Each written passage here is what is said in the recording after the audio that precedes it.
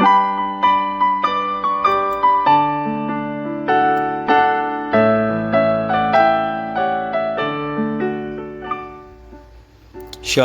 salam sejahtera bagi Bapak Ibu, Saudara-saudara, anak-anak yang dikasihi oleh Tuhan Yesus Kristus.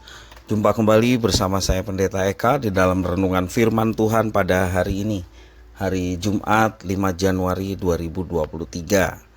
Sukacita dan damai sejahtera dari Tuhan Yesus kiranya menyertai hidup kita sekalian. Puji nama Tuhan. Pembacaan firman Tuhan hari ini sampai pada pembacaan kitab Efesus pasal yang ketiga. Kiranya firman Tuhan memberkati kita sekalian. Puji Tuhan. Baik, sebelum kita akan merenungkan bagian firman Tuhan hari ini, mari kita akan berdoa bersama. Tuhan Bapa di surga, di dalam nama Tuhan Yesus, kami sungguh bersyukur dan berterima kasih atas kasih setia Tuhan, pemeliharaan Tuhan atas hidup kami, juga atas firman Tuhan yang boleh menjadi penerang dalam kami menjalani kehidupan. Kami mau membaca dan merenungkan bagian firman-Mu. Biarlah Tuhan memampukan untuk kami dapat memahami apa yang Tuhan firmankan. Serta Tuhan menuntun kami untuk kami dapat menjadi pelaku firman dalam hidup kami setiap hari. Terima kasih Bapa, berfirman atas kami sedia untuk belajar firman-Mu. Demi nama Yesus Kristus kami berdoa. Amin. Kisah Para Rasul pasal yang ketiga ini saya akan membacakan ayat 1-13 yang menjadi bahan perenungan kita hari ini. Demikian firman Tuhan.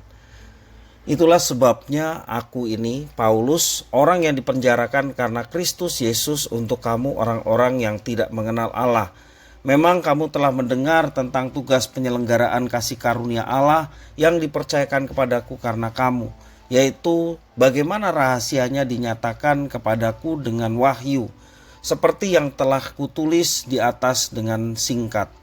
Apabila kamu membacanya, kamu dapat mengetahui daripadanya pengertianku akan rahasia Kristus, yang pada zaman angkatan-angkatan dahulu tidak diberitakan kepada anak-anak manusia, tetapi yang sekarang dinyatakan di dalam roh kepada rasul-rasul dan nabi-nabinya yang kudus, yaitu bahwa orang-orang bukan Yahudi karena berita Injil turut menjadi ahli-ahli waris dan anggota-anggota tubuh dan peserta dalam janji yang diberikan dalam Kristus Yesus.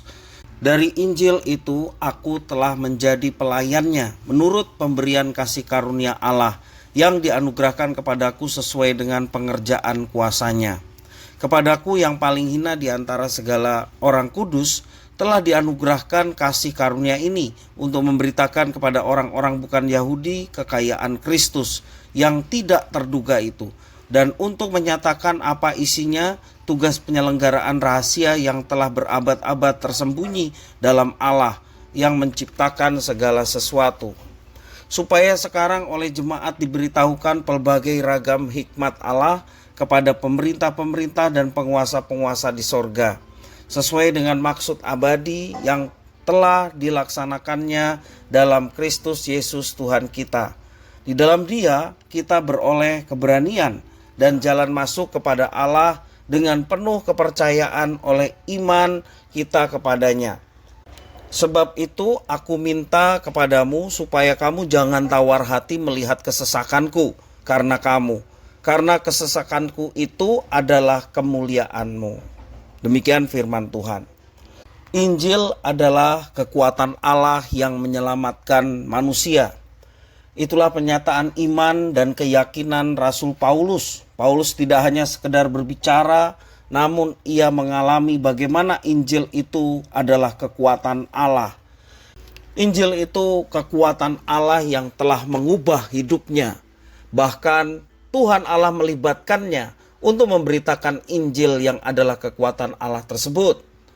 Paulus merasa tidak layak karena ia sadar dirinya terlalu hina untuk dipakai Tuhan sebagai pemberita rahasia agung yang disingkapkan itu.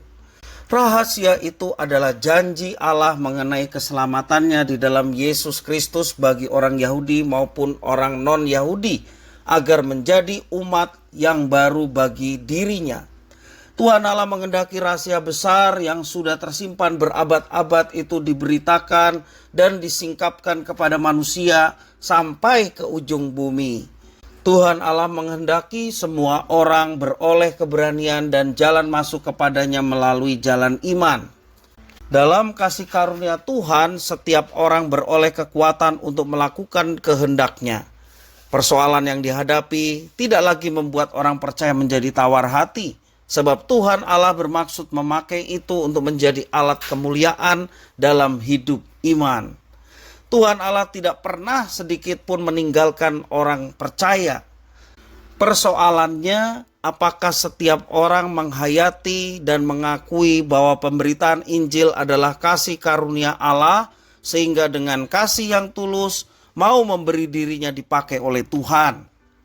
Kita diingatkan bahwa hidup ini adalah kesempatan untuk memberitakan Injil yang adalah kekuatan Allah yang menyelamatkan.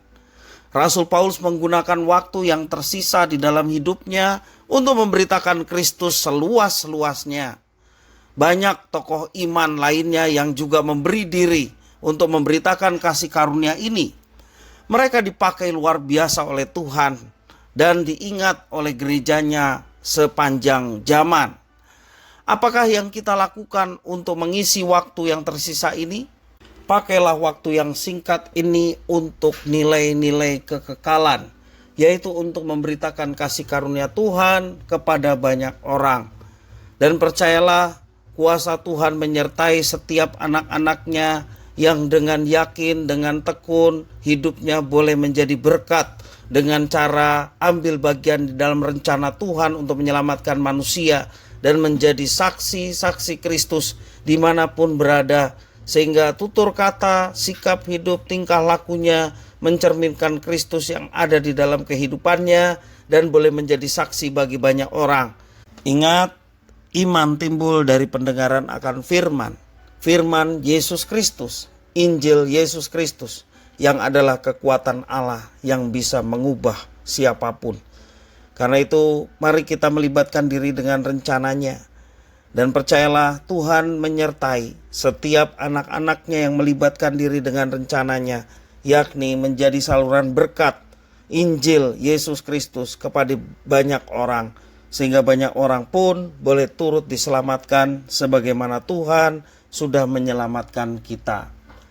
Mari kita meminta kepada Tuhan supaya kita diberikan hati yang peka akan segala maksud Tuhan, agar kita juga memiliki hati yang taat untuk memenuhi panggilan Tuhan, yakni untuk menjadi saksi-saksinya dimanapun kita berada, sehingga ada banyak orang yang terberkati melalui kehadiran kita sekalian.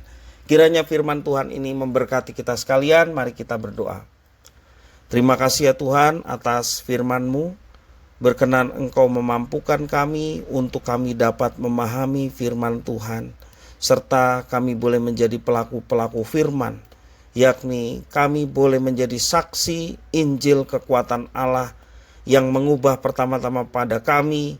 Kami meyakini juga itu bisa terjadi kepada orang lain yang kepadanya Injil diberitakan. Terima kasih ya Tuhan, inilah diri kami sedia untuk menjadi pelaku-pelaku firman. Demi nama Yesus Kristus kami berdoa. Haleluya. Amin.